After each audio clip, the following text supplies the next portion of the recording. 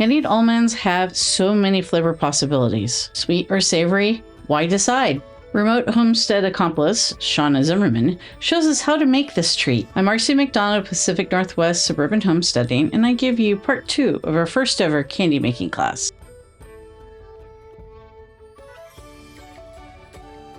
Now we're going to make some candied almonds. These are just the nut with a lovely, crunchy, sweet candy coating on them that we can put all sorts of different flavors on it. So I brought you some options today. We could do classic cinnamon almonds. We could do something savory and go with chili and garlic. Or we can add a sweet little perkiness and do cocoa and coffee mocha flavored. They all sound so good. I think I'm gonna choose the coffee one. The coffee one. Okay, you got it. Candied almonds are really simple. You're gonna start with 1 cup of granulated sugar, and you're gonna put it in a heavy saucepan. I love this nice deep skillet here. It's practically a Dutch oven. And a 1/2 cup of water. I start with hot water, just makes it a little quicker. And we're going to bring this to a boil. Stir it up.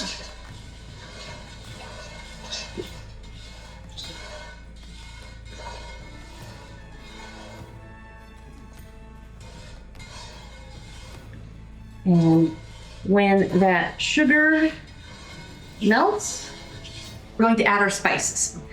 It's about a tablespoon of whatever spice you want to add. So it'd be a tablespoon of cinnamon. If you're doing a mixture, it'd be like a 1/2 tablespoon of chili powder and a 1/2 tablespoon of garlic. So how strong do you want the chocolate flavor versus the coffee flavor? I want the coffee flavor to be stronger. Okay, you want chocolate. Okay, so we'll do like a little more than a 1/2 tablespoon of coffee and a little less on the cocoa. And is this the same as like espresso powder? You could use espresso powder. This is just an instant coffee. This is actually an instant cold brew coffee, but you just want something that's going to dissolve very quickly. You don't want, ground coffee. That would be a little not so fun. So we're just going to sprinkle this in. So that was maybe 2/3 of a tablespoon of coffee powder, and maybe about 1/3 of a tablespoon of cocoa powder. Sprinkle that in. And you sprinkle that in before it starts to bubble? As it's starting to boil, that's the stage that you want to get it, because we're making a hard candy basically that's going to coat the almonds. In this case, we're using raw almonds because this process is going to cook them. I've got it on a medium-high temperature because we want this to go fairly quickly.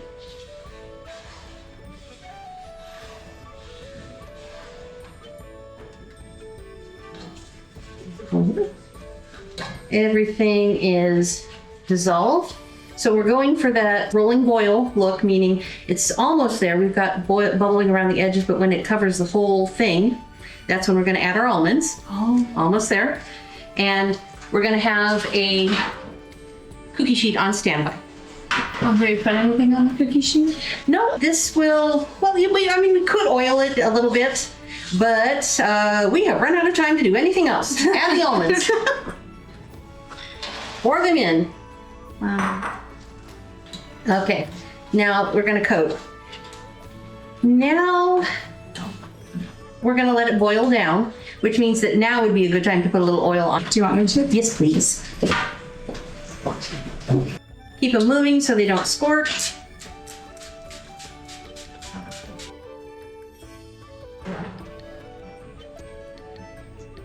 So is it solidifying around the almonds? This is the process that's caramelizing the sugar. If anybody who's into candy making knows the terms, we're actually going to get to what's called a hard crack stage, meaning the sugar is going to be like a hard candy. It's just going to be a very thin coating on the almonds, so it's going to be just a little crunch, just a little sweet. But we're waiting for all the water to boil out. So you do the same thing with the other spices. You still just do the sugar and the boiling water. Sugar and boiling water and just whatever spices. I mean, you could add Oh man. toasted coconut and ginger. That was the other flavor that I made. It was ginger. That was it. Okay. I don't think I ate that one. I don't know. Because I love ginger. Yeah.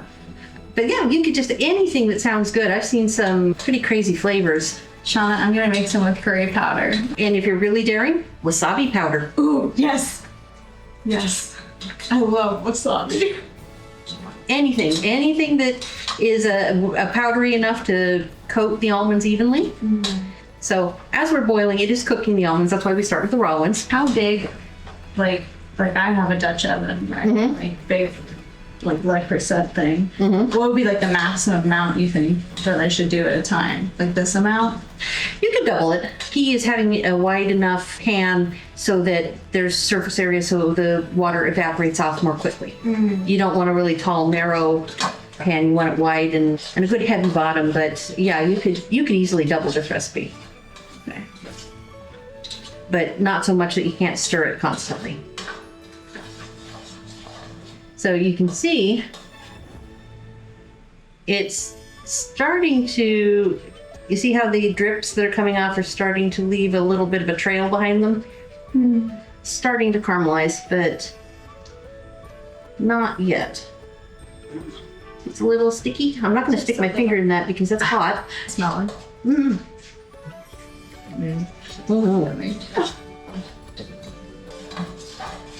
See, it's already reduced by half. Yeah, we're almost there. Do you put these in the fridge too? To cool quickly. Yeah. Okay, now that it already reduced again. Look how long. Yeah. So now we're getting to, this is probably, it's probably hard ball stage maybe.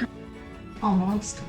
Not quite, but it's definitely caramelizing.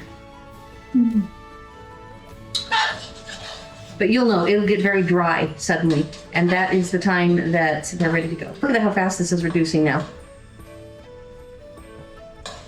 Kind of looking like molasses. Yeah.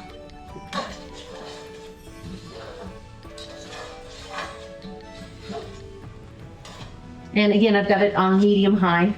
I don't want it so high that sugar burns, but I want it to caramelize fairly quickly.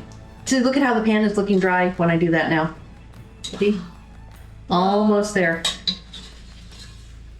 It magical to watch. Magic. Reduces very quickly when it starts reducing. Now imagine doing this with 25 pounds of almonds. Every day. I was not thinking very well when I bought 25 pounds of almonds, let me tell you that. So it was a good price. I think you were in your perfect sound mind. She knows me. That was the best decision you ever made. Okay. Now you have to be sure that all the water is evaporated off. Do not eat them yet. You will burn yourself. Look at that, look at that. Now they're starting to stick together. Like shiny, beautiful jewels. Just another minute or two.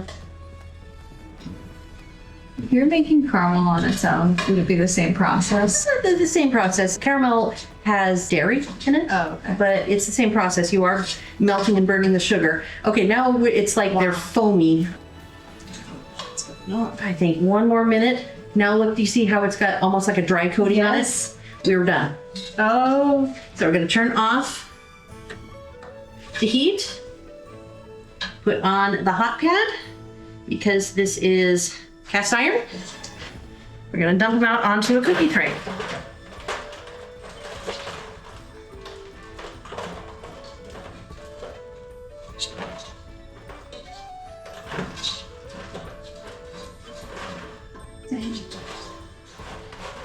Now, if you would just break them up, there's some clumps. Just break them up so they're individual. Yeah, so here.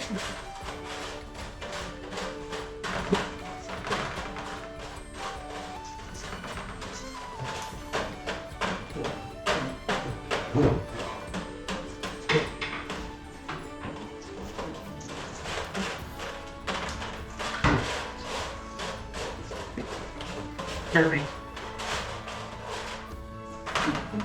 Lovely. Good. That looks good. So these are still hot. So into the oven they go. And I forgot to into the inverted oven, which cools things instead of baking them. The reverse of it. The reverse oven. That will let them cool down. Oh, great. Candied almonds take a bit of patience, but have so many flavorful possibilities. I've included the recipe here, but as always, the recipe link is in the description. I hope you'll give candy making a try. If you do, I'd love to see what flavor combinations you try in the comments below. Thanks for watching. Please like and subscribe. Until next time, be curious, keep an open mind, and never stop learning.